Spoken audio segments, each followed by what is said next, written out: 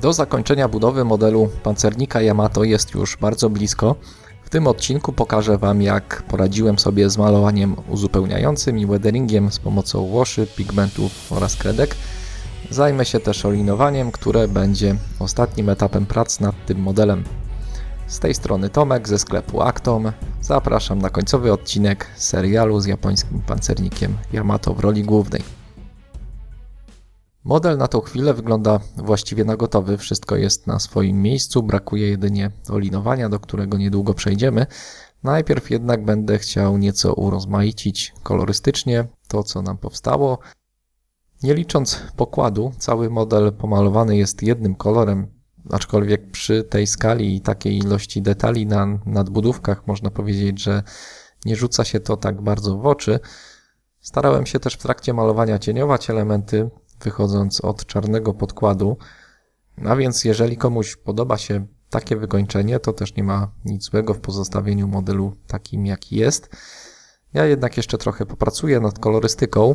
Posłużę się tutaj głównie włoszami olejnymi, które znacie już z odcinka, w którym malowałem pokład. Wybrałem taki zestaw 4 kolorów firmy Modeler's World: głęboka czerń, przemysłowy brud, jasno-brązowy i świeża rdza. Oczywiście mogą to być nieco inne kolory, czy też odpowiedniki innych producentów. Ważne, żeby mieć pod ręką kilka różnych odcieni. Zwłaszcza przydają się takie ciemno-szare i brązowe kolory. Przygotowałem sobie paletę z tymi 4 łoszami oraz odrobinę rozcieńczalnika do emali olejnych na wypadek potrzeby usunięcia nadmiaru łosza z modelu. Czym są łosze i jak działają, zapewne większość z Was już wie, ale nie zaszkodzi przypomnieć, zwłaszcza nowym widzom, że są to mocno rozcieńczone farby, których głównym zadaniem jest wpływanie w zagłębienia i tworzenie dodatkowego kontrastu na pomalowanym już farbami modelu. Oczywiście nie będę tutaj traktował łoszem całego modelu, użyję tylko precyzyjnych pędzli, żeby nanieść go tak zwaną metodą pin wash. Do większości drobnych elementów stosuję łosz czarny. Przede wszystkim nakładam go na działka, które pomalowane na jednolity szary kolor wyglądają mało naturalnie. Po zastosowaniu łosza jest już dużo ciekawiej. Dzięki temu wysokiemu kontrastowi w zakamarkach wygląda to jak dla mnie po prostu lepiej.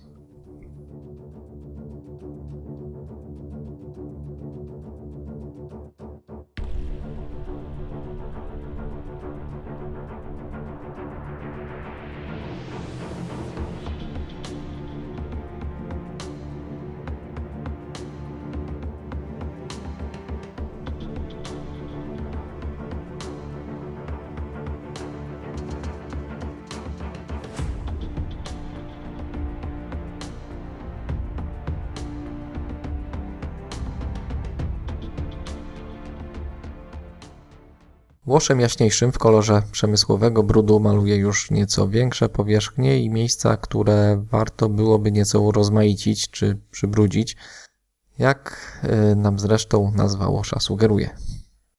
Trzeba przyznać, że ten etap pracy jest bardzo przyjemny, od razu widać efekty tego, co robimy. Trudno też tutaj coś zepsuć, bo ewentualne błędy zawsze możemy skorygować, zmywając łosz rozcieńczalnikiem, nawet po dłuższym czasie. To jest zaleta łoszy olejnych. Zauważcie też, że przed tym etapem weatheringu nie malowałem modelu żadnym lakierem bezbarwnym. Nakładam łosze bezpośrednio na matową farbę i też właśnie dzięki temu, że powierzchnia jest matowa, to bardzo fajnie łosze się po niej rozprowadzają.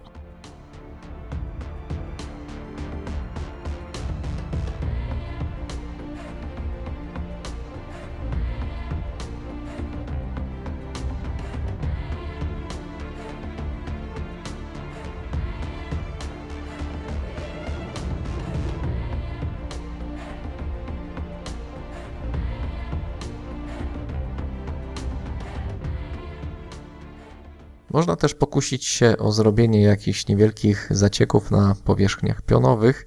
Wydaje mi się, że na takim modelu łosze będą znacznie lepiej się do tego nadawały niż typowe płyny do robienia efektów zacieków, które są dużo bardziej napigmentowane.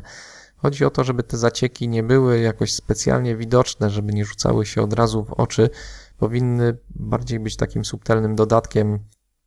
Trochę bardziej z zaciekami można zaszaleć na kadłubie, zwłaszcza w części dziobowej, gdzie detali praktycznie brak. Pozostaje jeszcze kwestia koloru takich zacieków. Tutaj uważam, że nie ma jakichś określonych reguł. Mogą to być zacieki od takich ciemno-szarych, brudnych osadów przez brązowe, rdzawe wycieki po niemal białe, które tworzą się z soli wytrąconej z wody morskiej. Właśnie te najjaśniejsze zacieki spróbuję wykonać nowym sposobem przy użyciu kredek wodnych od AK Interactive. Zaadoptowanie tego typu kredek do modelarstwa jest dosyć świeżym patentem. Może nie jest to jakaś rewolucja, bardziej raczej ułatwienie, przyspieszenie niektórych prac. Szybciej na pewno będzie taką kredką wykonać na przykład podkreślenie krawędzi, czy zrobić jakieś pojedyncze obicia. Po prostu bierzemy kredkę i rysujemy. Nie trzeba angażować do takich prac pędzli i farb.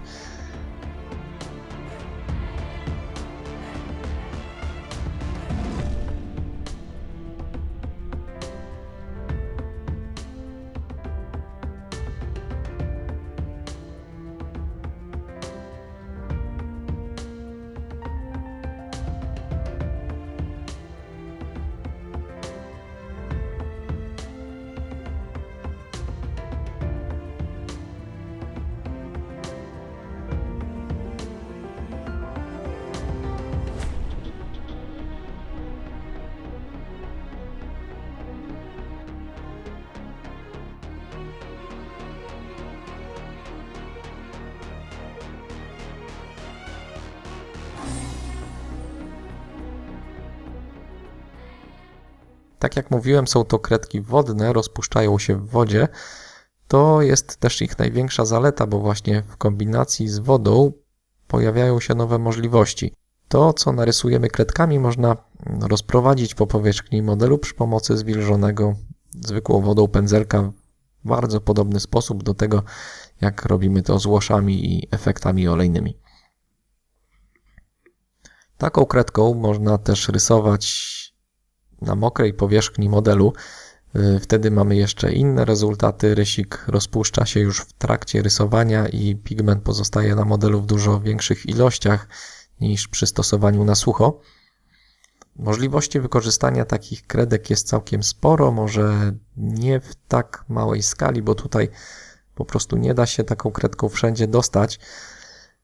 Ale przy większych modelach samolotów czy czołgów jest to na pewno ciekawa opcja do eksperymentowania przy weatheringu.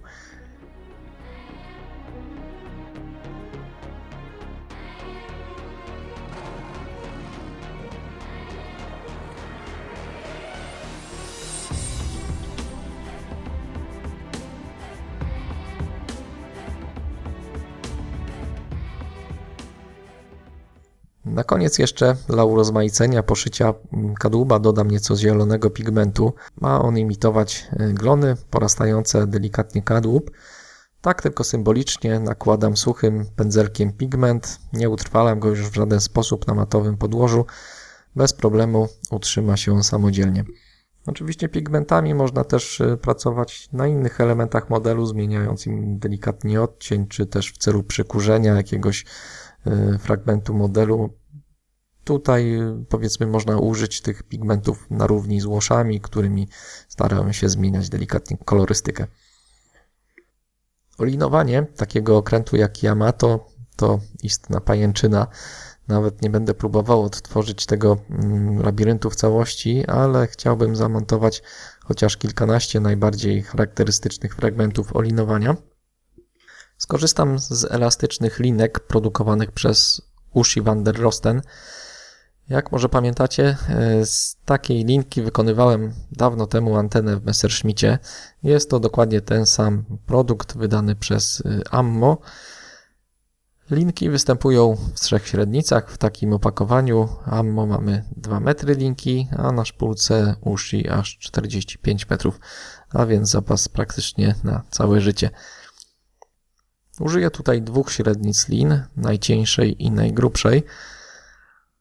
Zacznę od wykonania z cieńszej linki, chyba najtrudniejszego fragmentu. Zestaw kilku lin zamocowanych ma być do tego ramienia i zbiega się wewnątrz tego pomostu. Żeby sobie ułatwić zadanie, wymyśliłem, że punkt połączenia tych lin tymczasowo umieszczę na zewnątrz, a potem wkleję wszystkie liny razem do środka pomostu. Wklejanie ich pojedynczo wydaje mi się mało poręczne. Poza tym pierwsze próby raczej nie wróżyły tutaj sukcesu. Do przyklejania lin do elementów modelu stosuję przede wszystkim klej cyjanoakrylowy. Czasami można użyć też kleju typu Wicol, ale raczej tylko tam, gdzie potrzebujemy więcej czasu na ewentualne korekty.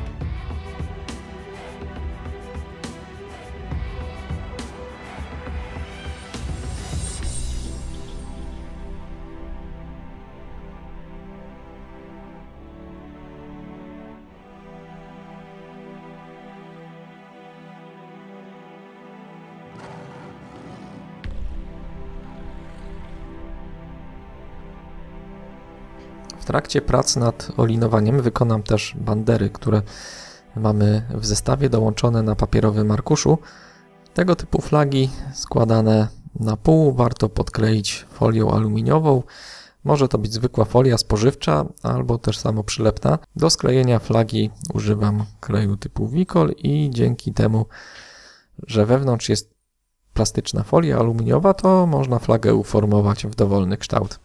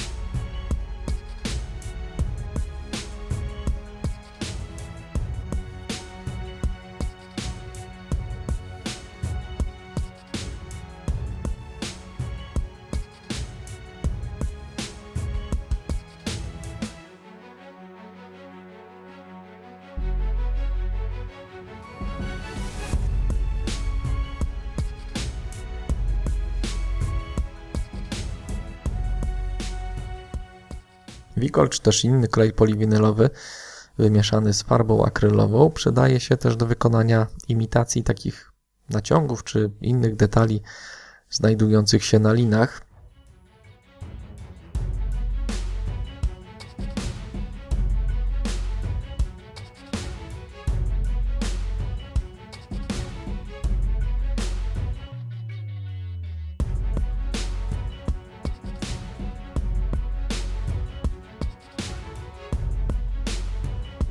Po uporaniu się z olinowaniem mogę wreszcie uznać model za skończony. Trwało to bardzo długo, bo model zacząłem prawie dokładnie rok temu, no ale w końcu się udało. Muszę przyznać, że z efektu jestem całkiem zadowolony. Jak zawsze wiele rzeczy można było zrobić lepiej, ale i tak ten model dużo mnie nauczył. Mam nadzieję, że Wam też coś się przydało z tego, co pokazałem. Po tym maratonie chcę też powiedzieć, że jestem pełen podziwu dla modelarzy, którzy tego typu modele budują na co dzień. W tak małej skali zachowanie jakiegokolwiek realizmu wymaga dużo pracy i też obycia w operowaniu bardzo małymi elementami. Właśnie ta praktyka chyba tutaj jest najważniejsza. Sam się w trakcie budowy łapałem na tym, że czynności, które wydawały mi się bardzo trudne, okazywały się po kilku dosłownie próbach wcale nie takie straszne do zrobienia. Wszystko opiera się o to, żeby znaleźć praktyczny sposób na wykonanie danej rzeczy, spróbować i potem już jakoś idzie. Oczywiście mowa tu o pracach raczej nadprogramowych, bo jeżeli wykonujemy model trzymając się instrukcji, to kombinowania jest znacznie mniej. Za to przy takim sklejaniu prosto z pudła może detali nie będzie aż tak dużo, ale jeśli tylko zestaw jest dobrej jakości, to budowa będzie prosta i przyjemna, no i na pewno zajmie dużo mniej czasu. No cóż, z mojej strony to tyle, jeśli chodzi o model Yamato. Dzięki, że dotrwaliście do końca. Wszystkich z Was, którzy sklejali ten model równolegle ze mną, a wiem, że takich osób na pewno kilka było. Zapraszam do pochwalenia się efektami na naszej grupie facebookowej. Ja się powoli żegnam, pozdrawiam i do usłyszenia w kolejnych odcinkach. Cześć!